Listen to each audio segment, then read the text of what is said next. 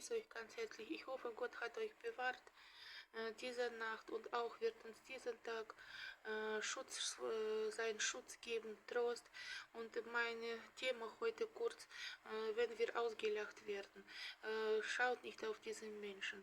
Diese Menschen lachen sich selbst aus, nicht uns, nicht dich, nicht mich, sondern weil sie sich so erhöhen wie Pharisäer. Dann bekommen sie Strafe von Gott.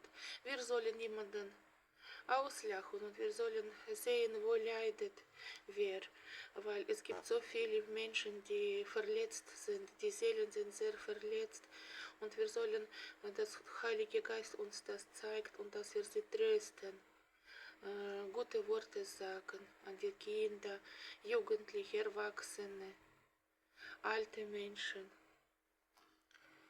Seid gesegnet alle und Pharisäer sollen sich schämen. Amen.